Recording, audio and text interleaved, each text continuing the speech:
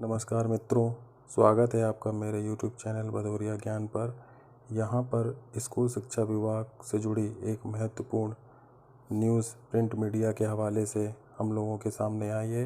इस न्यूज़ को मैं आपके सामने रख रहा हूँ मोबाइल स्क्रीन पर और इसे आप देख पा रहे होंगे। स्कूल शिक्षा विभाग में 15 जून के बाद शुरू होंगे तबादले। तो यह न्यूज़ काफ़ी अच्छी न्यूज़ है और इस न्यूज़ के तहत अगर इसमें जानकारी देखें तो नई जो ट्रांसफ़र नीति है उसमें कुछ बदलाव, महत्वपूर्ण बदलाव किए गए हैं, जिन बदलावों के साथ यह ट्रांसफ़र पॉलिसी इस सेशन में लागू की जाएगी। चूँकि सभी शिक्षकों को मालूम होगा कि वर्तमान में वरिष्ठ पदों पर प्रभार देने की प्रक्रिया चल रही है। यह प्रक्रिया लगभग 15 जून तक पूरी हो जाएगी और जैसे ही ये प्रक्रिया पूरी होती है तो उस प्रक्रिया के बाद स्कूल शिक्षा विभाग जो शिक्षकों के ट्रांसफ़र हैं वो ऑनलाइन आवेदन लेना शुरू कर देंगे। ऐसा इस न्यूज़ के माध्यम से अपडेट प्राप्त हुआ है और काफ़ी अच्छी खबर है। जैसा कि इसमें आप देखेंगे, इसमें कुछ मुख्य बिंदु दिए गए हैं कि इस ट्रांसफ़र पॉलिसी में किन शिक्षकों को छूट मिल सकती है। तो ऐसे शिक्षक जिनकी सेवानिवृत्ति 3 वर्ष शेष है और गंभीर बीमारी या विकलांगता से पीड़ित हैं, उन्हें इस प्रक्रिया से मुक्त रखा जाएगा। स्थानांतरण में वरीयता क्रम निर्धारित किया गया है। नई नीति के अनुसार शिक्षकों को निर्वाचित जनप्रतिनिधियों की निजी प्रतिस्थापना में पदस्थ नहीं किया जाएगा। ये महत्वपूर्ण अपडेट है। और इसके अलावा इस जो ट्रांसफ़र पॉलिसी बनाई गई थी उसमें एक नियम ये भी जोड़ा गया था कि जो 10 साल ग्रामीण क्षेत्र के स्कूलों में करना होगा काम, यानी कि जो नई शिक्षा नीति तैयार की गई थी उसमें नवीन शिक्षकों को कम से कम 10 साल के लिए ग्रामीण क्षेत्रों में उनको अपना कार्यभार देना पड़ेगा।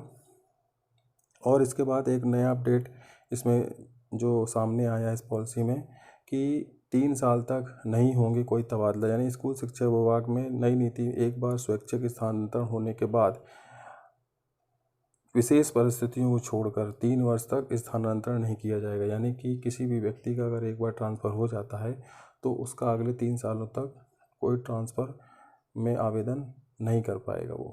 तो ये काफ़ी महत्वपूर्ण अपडेट है। अब कुछ शिक्षकों के मन में ये प्रश्न आ रहा होगा कि जिनके पूर्व में ट्रांसफ़र हो चुके हैं, क्या वो भी इस ऑनलाइन प्रक्रिया में हिस्सा ले सकेंगे?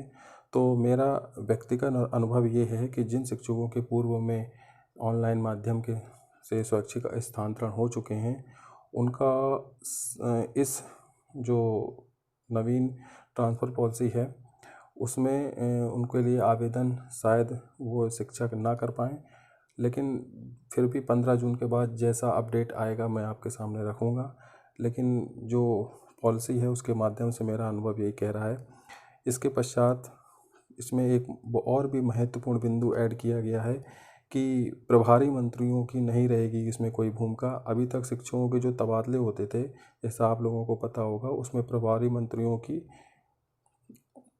अनुशंसा लगती थी। लेकिन इस प्रकार की जो ये पॉलिसी तैयार की जा रही है इसमें प्रभारी मंत्रियों की कोई भूमिका नहीं रहेगी।